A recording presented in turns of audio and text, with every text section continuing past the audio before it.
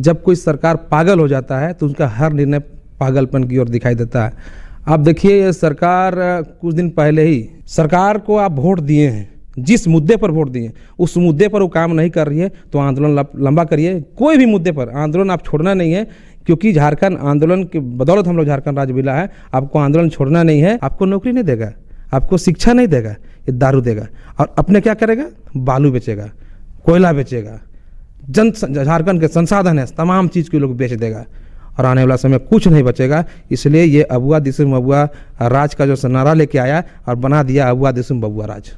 ऐसा तब होता है जब मुख्यमंत्री एक अक्षम हो जाते हैं, निष्क्रिय हो जाते हैं और एक प्रकार से कमज़ोर हो जाते हैं। ऐसे में इस प्रकार से राज्य के अंदर अपराध और इस प्रकार से तांडव, जनता लावारिस इस प्रकार हो जाता है। तमाम जगह मॉब लिंचिंग की घटनाएं हो रही है। तो वो पार्टी में लोकतंत्र नहीं है, वो पार्टी में परिवारवाद है और परिवारवाद को बहुत दिन तक वहाँ की जो माटी, जैसे हम अमित महतो की बात कर रहे हैं, डोमेसाइल आंदोलन में आंदोलन संघर्ष किए थे, तो बहुत दिन तक परिवारवाद लंबा नहीं चलता है। झारखंड में भाषा को लेकर आंदोलन तेज है।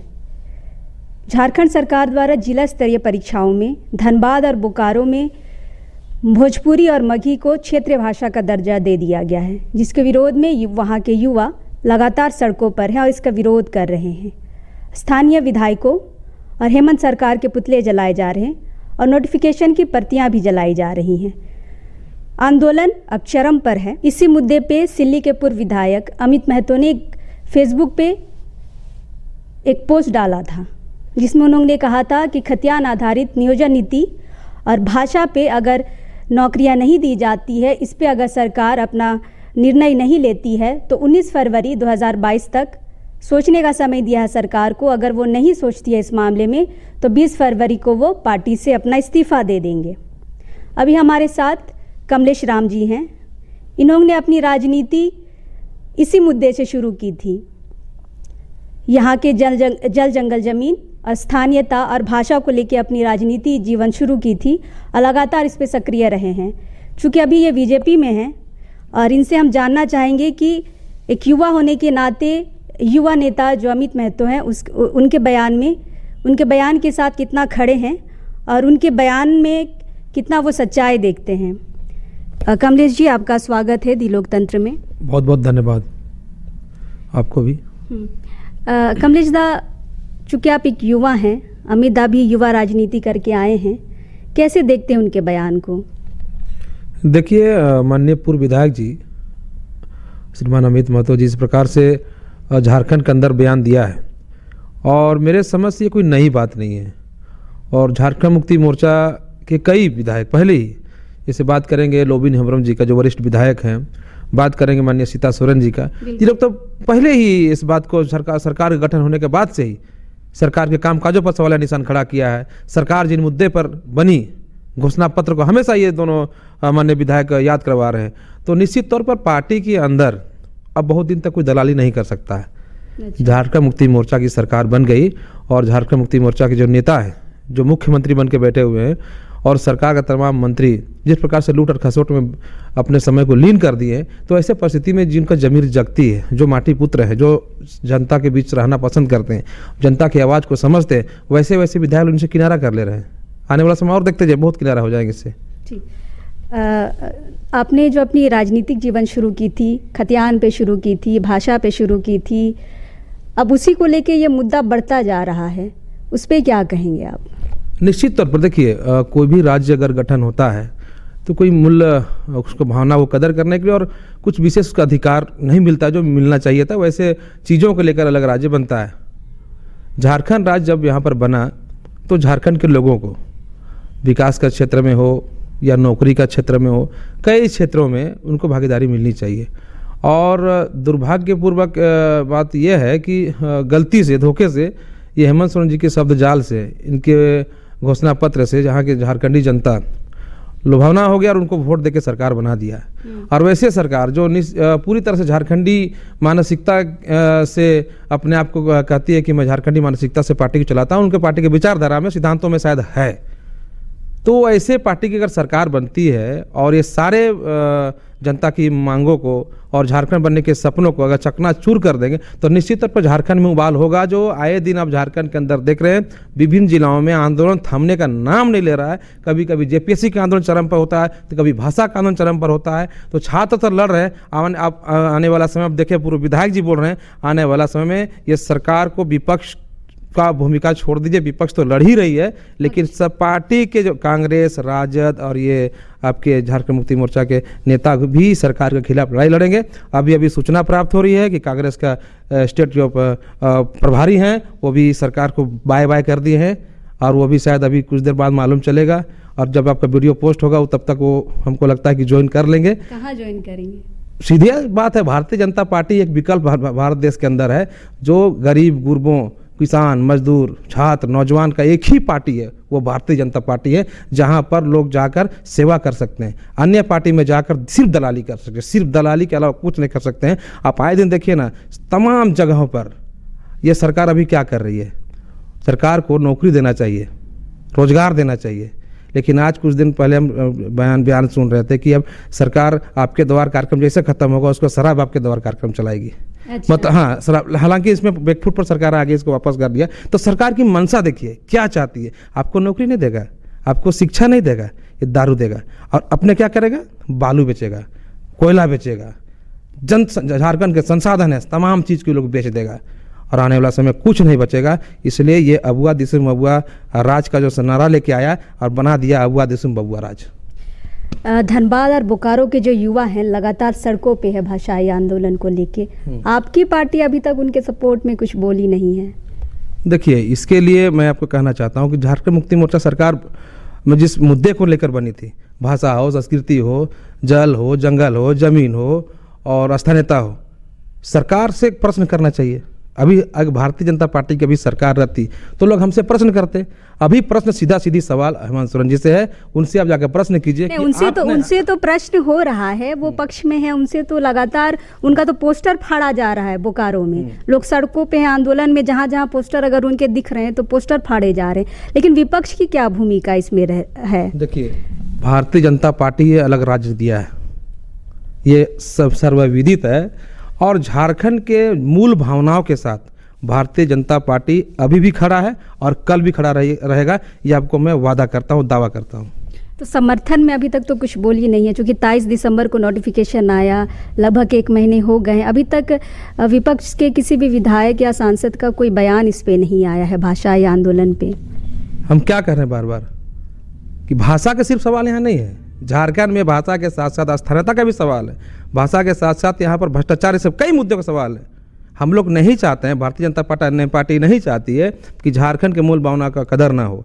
यहाँ का हर मूल भावना जो झारखंडी भावना है उसका कदर हम करेंगे, सिर्फ भाषा का नहीं, तमाम चीज़ों का हम कदर करेंगे। लेकिन झारखंड के मान सम्मान के साथ भाजपा कभी ना खेला है ना कभी खेलेगी। अच्छा, बहुत से लोग ये कह रहे हैं दादा, और ये नोटिफिकेशन आपने भी देखा होगा कि ये जो मगही और भोजपुरी को क्षेत्रीय भाषा का दर्जा दिया जो गया है अभी परीक्षाओं में, जिला स्तरीय परीक्षाओं में, तो बहुत कोई ये फेसबुक पे डाल भी रहे हैं कि ये तो रघुवर सरकार में ही किया गया है और अभी हेमंत सरकार ने तो बस इसे लागू किया है।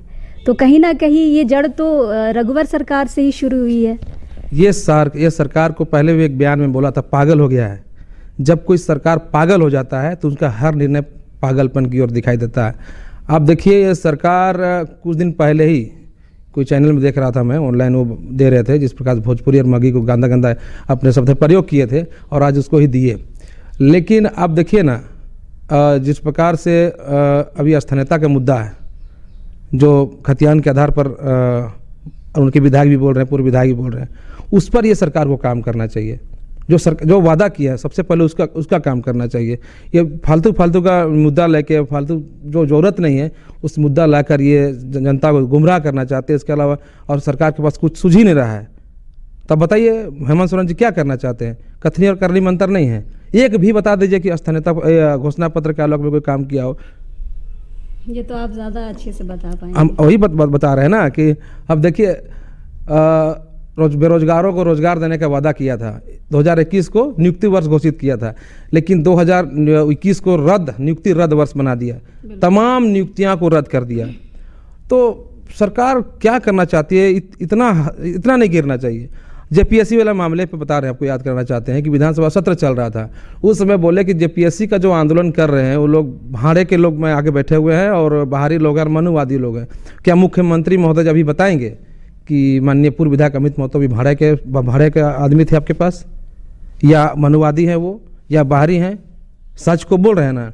आज हाईकोर्ट ने भी उसको हाईकोर्ट के सामने सरकार का जीपी गया, सरकार के वकील भी, सरकार भी हाईकोर्ट के सामने शायद पता चल रहा है, सरकार भी अपने आप को कह दिया कि हम गलत किए।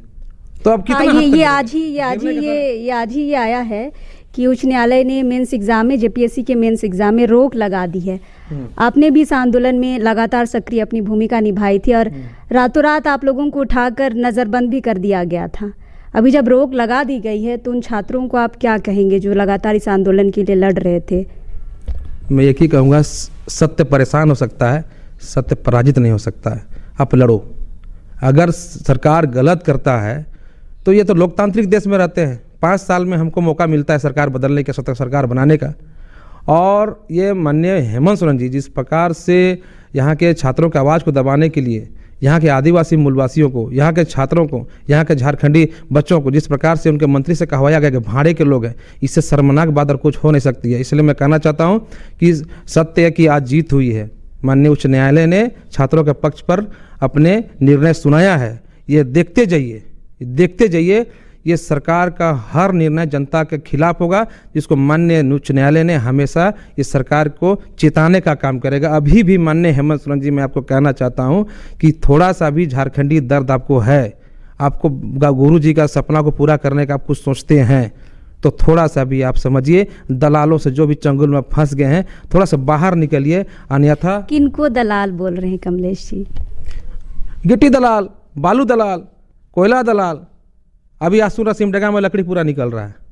आज का अखबार में आया है कि सिमडेगा में रोजाना ट्रक लकड़ी निकल रहा है। जल जंगल जमीन बचाने की सरकार बात करती है, जंगल हम लोग का बिक रहा है, जंगल का लकड़ी बिक रहा है। आपके उनके आपका भाभी जी बार बार कह रहे हैं, भाभी जी अरलोबिन हेम्ब्रम जी बार बार कह रहे हैं, संथाल का तमाम गिट्टी बालू अवैध रूप से निकल रहा है और बेचा जा रहा है। तो क्या वो दलालों माफिया तंत्र के साथ आप घिर जाएंगे और जनता को आप लवारिस छोड़ देंगे? जनता को आप इस प्रकार से छोड़े हुए हैं कि रोज रोजाना देख रहे हैं। अभी देखिए ना, जिस प्रकार से कानून का राज बता रहे हैं। अभी कोल्हान के एक मामला आया कि लोग अब अलग देश का मांग कर रहे हैं। हाँ, बिल्कुल अलग देश का मांग कर रहे हैं। पर ये मांग उनकी बहुत पुरानी है। पुरानी मांग है, मैं मानता हूँ पुरानी मांग है, लेकिन आप थाना में घुस के इस प्रकार से आप पुलिस अधिकारी, अब तो कल के दिन मुख्यमंत्री भी सेफ नहीं है समय, मुख्यमंत्री के यहाँ घुस के लोग मुख्यमंत्री को मार देगा, तो कानून का राज कहाँ चला गया? कानून का ऐसा तब होता है जब मुख्यमंत्री एक अक्षम हो जाते हैं, निष्क्रिय हो जाते हैं और एक प्रकार से कमजोर हो जाते हैं। ऐसे में इस प्रकार से राज्य के अंदर अपराध और इस प्रकार से तांडव, जनता लावारिस इस प्रकार हो जाता है। तमाम जगह मॉब लिंचिंग की घटनाएं हो रही है, बलात्कार की घटना रोज हो रही है। शहर राजधानी के अंदर सुबह सुबह आदिवासी बच्चियाँ जो दौड़ने निकलती हैं, उसको लोग बलात्कार का शिकार हो जा रही है। तो कहाँ से है, क्या करना चाहता है? एकदम गिरने के हद पार कर चुकी है, सारे पराकाष्ठा मुख्यमंत्री जी पार कर चुकी है। मैं बार बार कहता हूँ, अभी 3 साल सरकार का बचा हुआ है।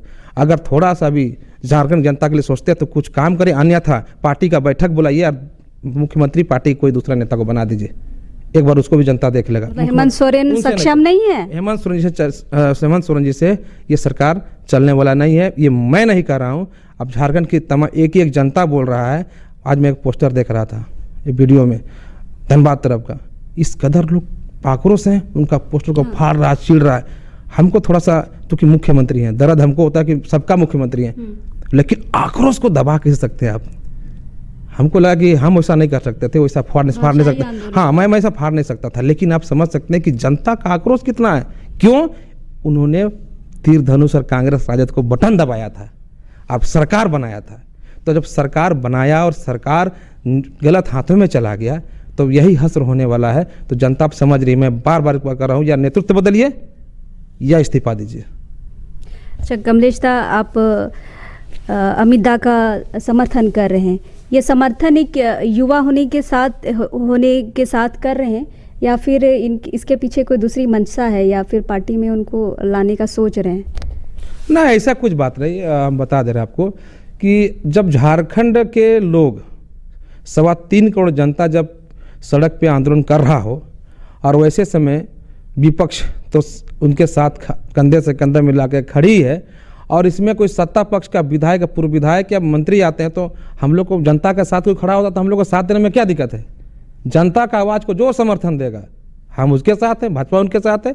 हम लोग ऐसा मनसा नहीं रखते हैं कि कौन मेरे साथ आएगा कौन नहीं आएगा, उससे हम लोग इत्तेफाक नहीं रखते हैं। लेकिन जो झारखंड की बात करेगा, झारखंड की आवाज़ को बुलंद करेगा और ये वर्तमान सरकार को घोषणा पत्र के याद करवाते रहेगा, तो उनका समर्थन करने में कितना गुना का हम लोग को पुण्य के भागी बन जाते हैं। इसलिए उनका हम लोग समर्थन करते हैं।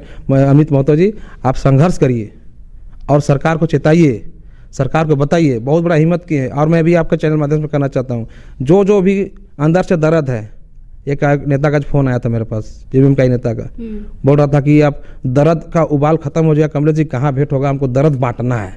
बोले काहे बांटना है भैया? तो बोल रहा है कि नहीं, आज हम रोज़ सुन रहे हैं, हमको भी दर्द है, लेकिन कहाँ बोलें? तो हमको काहे बोलिएगा? तो बोलता है ना, आपको ही बोलेंगे इसलिए कि आप दर्द को ठीक करिएगा। तो हम बोले कि काहे? तो बोलता दर्द ठीक करिएगा आप ही को। तो कल उसको समय दिए, बड़ा नेता है वो, कल बुलाए उसको भी हम बताएंगे और हमको बताएगा। बोला है कि जिस दिन हम जेएमएम छोड़ेंगे उस दिन बड़ा पर्दाफाश भी करेंगे। तो उनके इंतजार आप करिए, आप ही के चैनल पर्दाफाश भी करवा देंगे कि सरकार कर क्या रही है। इसलिए इंतजार कीजिए। अमित दा के साथ साथ बहुत कोई आने वाले हैं अभी, और झारखंड मुक्ति मोर्चा पास एक ही बचा हुआ रहेगा, वो सोरेन परिवार, क्योंकि वो पार्टी परिवार की पार्टी है, वो परिवार की पार्टी है। क्योंकि वही अध्यक्ष बनेंगे, उनके पुत्र कार्यकारी अध्यक्ष बनेंगे, उनके भाभी जी महिला मोर्चा का अध्यक्ष बनेंगे, उनके भाई जी युवा मोर्चा का अध्यक्ष बनेंगे। आने वाला समय में मेरा ये हेमंत दा का बच्चा लोग हम लोग को मतलब कि बड़े होंगे तो वो भी संभालेंगे। तो वो पार्टी में लोकतंत्र नहीं है, वो पार्टी में परिवारवाद है। और परिवारवाद को बहुत दिन तक वहाँ की जो माटी, जैसे अमित महतो की बात कर रहे हैं, डोमिसाइल आंदोलन में आंदोलन संघर्ष किए थे, तो बहुत दिन तक परिवारवाद लंबा नहीं चलता है। आज क्या हो रहा है? सोनिया गांधी को चिंता है कि कब मेरा बाबू राहुल गांधी पीएम बनेगा। आरजेडी की यहाँ सरकार है, तो लालू यादव डेली चिंता में है कब मेरा बेटा तेजस्वी मुख्यमंत्री बनेगा। यहाँ गुरुजी का सपना पूरा हो गया, उनका बेटा मुख्यमंत्री बन गया। तो ये लोग अपना बेटा का राजनीति में स्थापित करने के लिए कांग्रेस, राजद और झारखंड मुक्ति मोर्चा राजनीति करती है। यहाँ कभी नहीं हो सकता है कि लोबिन होमरम कभी सीएम नहीं बनेंगे। झारखंड मुक्ति मोर्चा का सरकार बनेगा तो जीगा मुंडा मुख्यमंत्री नहीं बनेगा। यहाँ पर मुख्यमंत्री बनेगा तो हेमंत सोरेन को छोड़ेंगे तो बसंत सोरेन को छोड़ेंगे तो फिर हेमंत सोरेन के बच्चा लोग बढ़ रहा है, वो लोग बनेंगे। और राजद का सरकार, राजद में भी, वहाँ पर राजद में भी तेजस्वी का कोई मुख्यमंत्री नहीं बन सकता, या पार्टी का अध्यक्ष परिवार का ही होगा। कांग्रेस में भी वही स्थिति है, परिवारवाद है। तो भारतीय जनता पार्टी परिवारवाद का घोर विरोधी है। हम लोग चाहते हैं कि जो अंतिम व्यक्ति है उसको हम लोग सत्ता का भी लाभ दें, सत्ता में भी उसको अधिकार दें, उसको विकास में भी अधिकार दें, तमाम चीज़ों पर अधिकार देने की भारतीय जनता पार्टी कटिबद्ध रहती है। इसलिए हमारा विचारधारा आज व्यापक हो चुका है, न सिर्फ देश की बल्कि विश्व की सबसे बड़ी पार्टी बन के भारतीय जनता पार्टी खड़ी है। हमारा आखिरी सवाल रहेगा कमलेश जी से। दादा, भाषाई आंदोलन जो कर रहे हैं बोकारो धनबाद के युवा, उनके लिए आप क्या कहेंगे? देखिए, मैं यही कहना चाहूँगा कि जो भी सरकार काम गलत करती है, जिस प्रकार से जेपीएससी आंदोलन हम लोग आज जीत के कगार पे हैं, सरकार को आप वोट दिए हैं, जिस मुद्दे पर वोट दिए उस मुद्दे पर वो काम नहीं कर रही है तो आंदोलन लंबा करिए। कोई भी मुद्दे पर आंदोलन आप छोड़ना नहीं है, क्योंकि झारखंड आंदोलन की बदौलत हम लोग झारखंड राज्य मिला है। आपको आंदोलन छोड़ना नहीं है। ये झारखंड मुक्ति मोर्चा के सरकार को जब तक कुर्सी से नहीं उतारिए तब तक आंदोलन जारी रखिए। आपकी भावना का मैं कदर करता हूँ, आपके सम्मान करता हूँ। आप लड़ाई लड़े हैं, आप लड़ाई लड़ रहे हैं, आपके पूर्वज लड़ाई लड़ा है, हम लोग लड़े हैं। आपके बात को सरकार नहीं सुनती है तो आपको एक ही मात्रा है कि आप झंडा उठाइए, डंडा उठाइए, सड़क पर आंदोलन कीजिए। आपका बात सरकार को मानना पड़ेगा, अन्यथा कुर्सी छोड़ना पड़ेगा। क्या कमलेश राम इस आंदोलन को समर्थन देंगे? हम बार मैं ही कह रहा हूँ, मैं झारखंड के हर जनता के साथ हूँ। झारखंड के ये सरकार जो भी मुद्दे लेकर सरकार में आई है, जो मुद्दे लेकर आई है उस मुद्दे पर काम नहीं करेगी। उसके साथ कमलेश राम सड़क पर भी खड़ा है और माननीय विधायक सदन पर आवाज़ उठाते रहते हैं पिछले सत्र में, आप देखेंगे।